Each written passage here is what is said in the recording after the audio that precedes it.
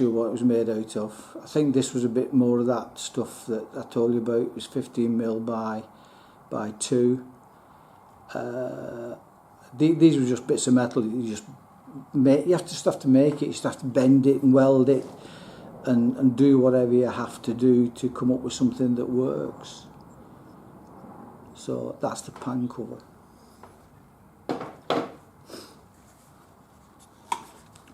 This little screw, all that screw does is, when this is in position, and that's in position on there is quite a lot of spring pressure on this lever, and it tends to want to twist it in that position like that, and all that is a guide, so it has to slide up and down that screw all like that. That's all that screw's for. So we'll take that out. It's a better screwdriver.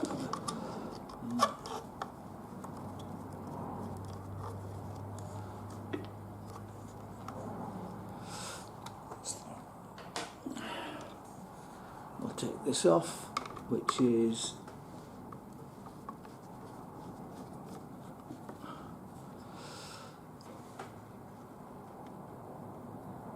that is the ferrite rod held in the jaws of the dog.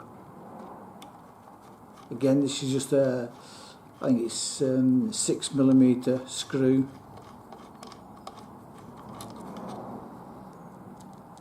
And there's a little pin at the back. This stops the top of the jaw rotating, so it can only go up and down like that.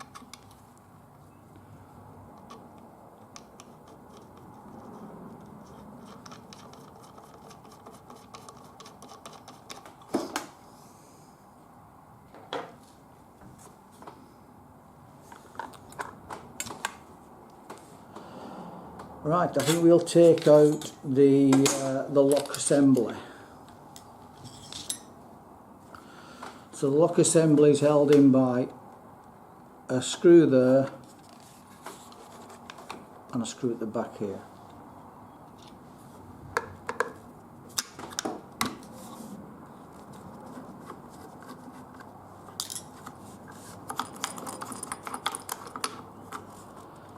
That's just a custom made bolt that goes right through the stock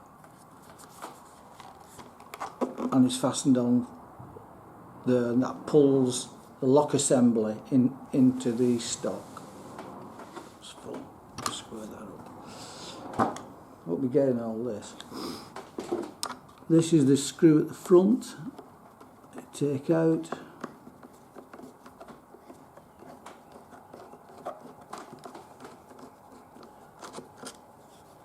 Now this is quite a large. This isn't a wood screw. It is a wood screw, but it's one of those with usually have a hexagon head on. You put them in with a spanner. Quite a coarse thread, which I wanted because they actually hold better. So that bolt would have been about that long. I've cut it down, turned the head down so it's on so it's got a slot head on it.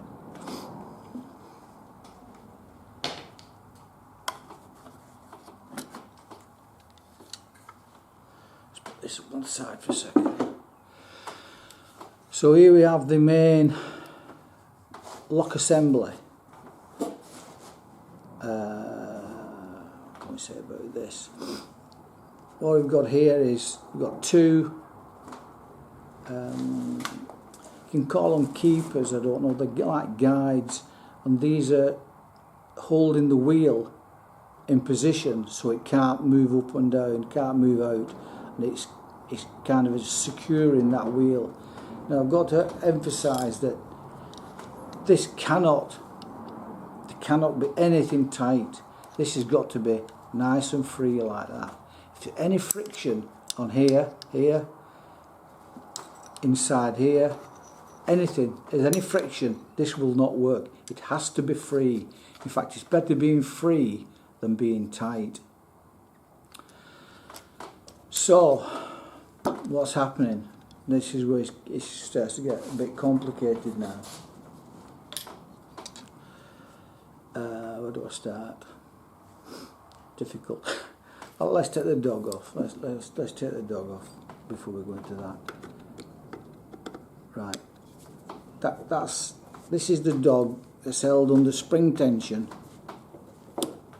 by this big spring. Now this is quite a powerful spring, and it's held in position by that slot there. Now when I first saw these, all these lock plates have a slot in, and I could never understand what the slot was for.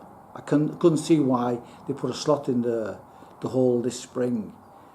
The reason is, this is under so much, this spring is so strong, it has to be so strong, that any other way you'd just rip it out. It literally would just rip it out. So this is quite a strong method of stopping this spring, securing it in the right position.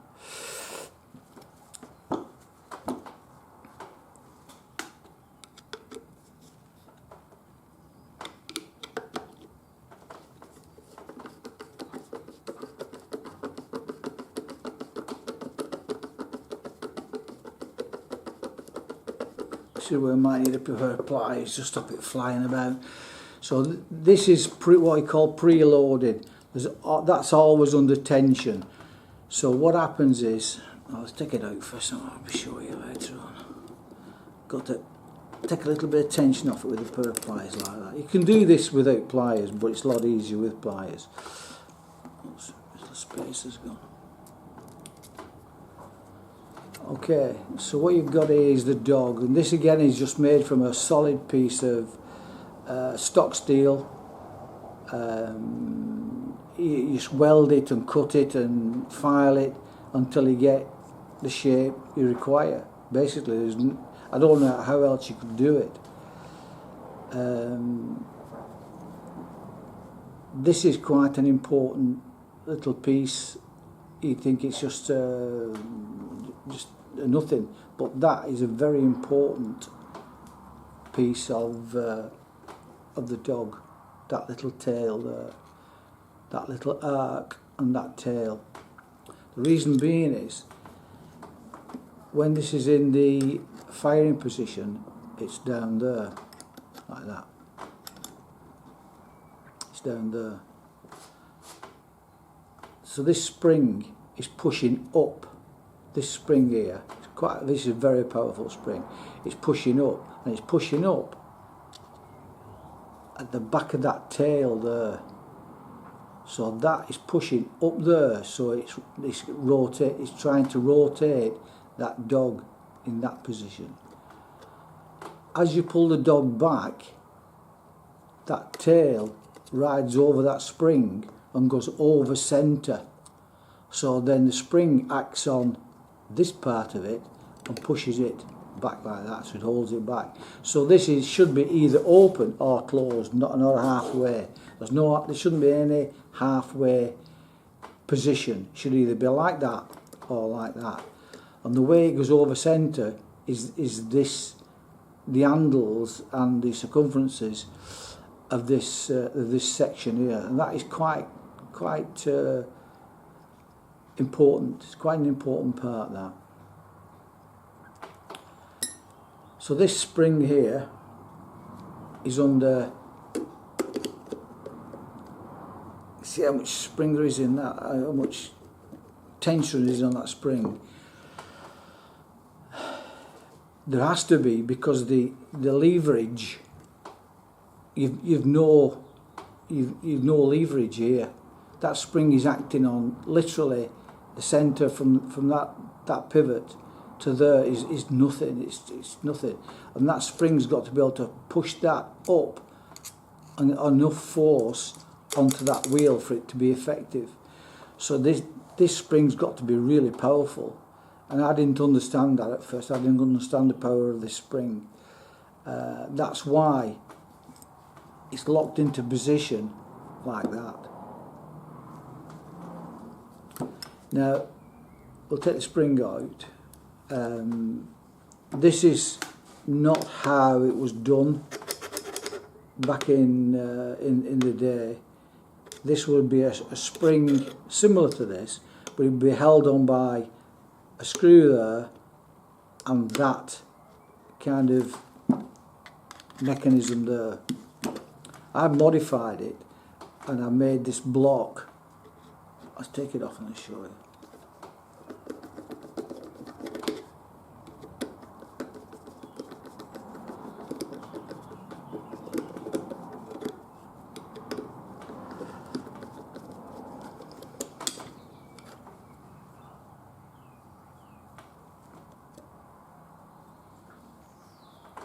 I'll put this back in because I don't want to get everything mixed up. If I get them mixed up, the screws have got to go back in the same holes.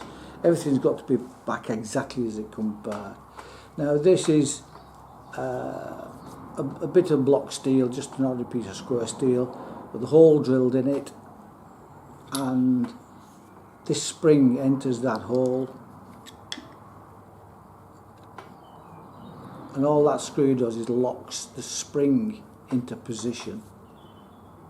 It's actually tightened. I don't want to take it out. It's nice and tight.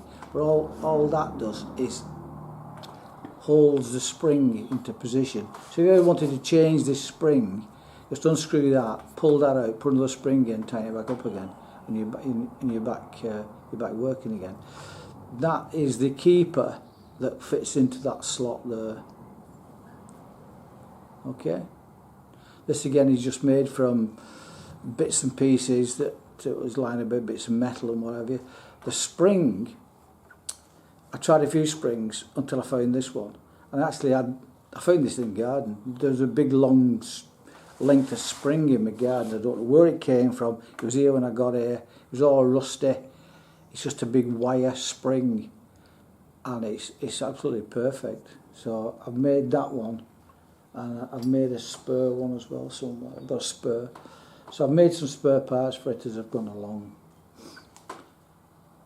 So that is the dog spring. Again, that has to be, see how powerful that spring is.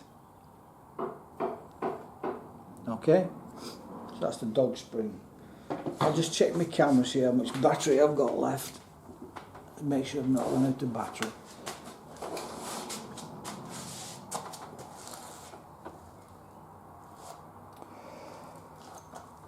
Still working.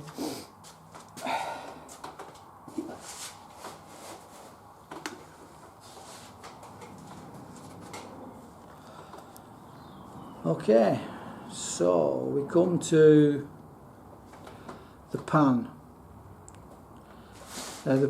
This is the wheel on the pan.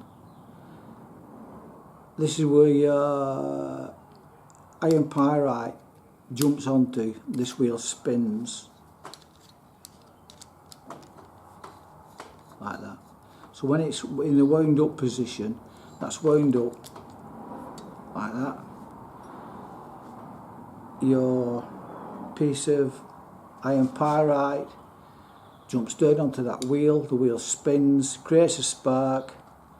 The spark ignites the powder in this pan, goes down into the barrel, and away it goes. So when you pull the trigger, you took my fingers off then. So I say in these springs, you gotta make sure you don't get your fingers near these because they're really powerful. Okay, so what you have to do is to not have a gap here. You don't want a gap there or here, because this has to have powder in it. Now if there was a big gap here and there, the powder would just fall through and you wouldn't have any priming powder. So that has to be quite close. Again, this is the pan, which is just made up from bits of metal and welded together and filed down, and hundreds of attempts at fitting it and taking it apart. A little slot there is so this arm can fit into that slot there. It's just somewhere for that to sit. Okay. This is the arm that opens the pan.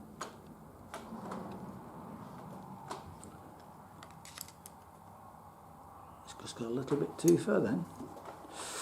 I think it's because I've taken it apart. That's it. Might have to do a little modification at that sometime. It's just going a little bit too far. When the pan opens, the pan is held under tension by this little leaf spring there that runs on that little surface. The idea is, if you see that spring has got a little curve on it and it rides on that surface, when this part of the cam arm gets to there, the curve on the spring grabs it and flicks it back. That's what stops, that's what makes it, the pan that has to open fully and not come back and close off the pan under the dog. So it's either got to be there, or when it opens, it clicks back like that. Again, that's quite important. If you don't have that right, this could stop in that position and it wouldn't open the pan properly. So you can't have that, if you had that loose, what happens is it goes back and it bounces back. So it has to be under quite a bit of tension, and once it's open it can't come back unless you actually force it back. So that's got to be like that. And that happens in the first 10 degrees of rotation of this wheel. So when that's wound up like that, you close the pan. Like that. First 10 degrees of rotation, there's a cam down here, you'll push this back and then that spring should grab it like that.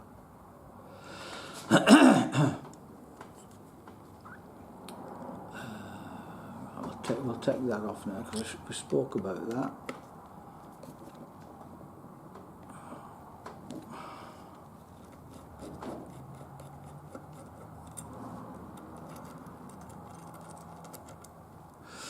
This is just this is actually a hacksaw blade. I've tried all sorts of things and the best thing I can come up with is the hacksaw blade. They're nice and springy, it's not too strong, it's not too weak. So that is an hacksaw blade been modified to fit it. This on top is just a keeper plate, just to, like a big washer, just to hold the whole thing in position.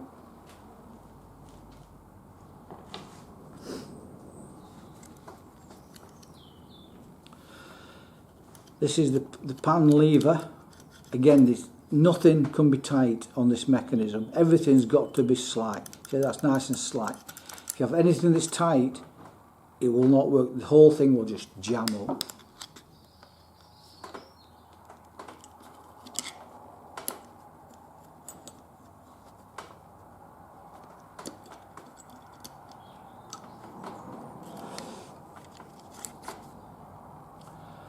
Again, this is just made out from a piece of that steel I said before, that 15mm by 2.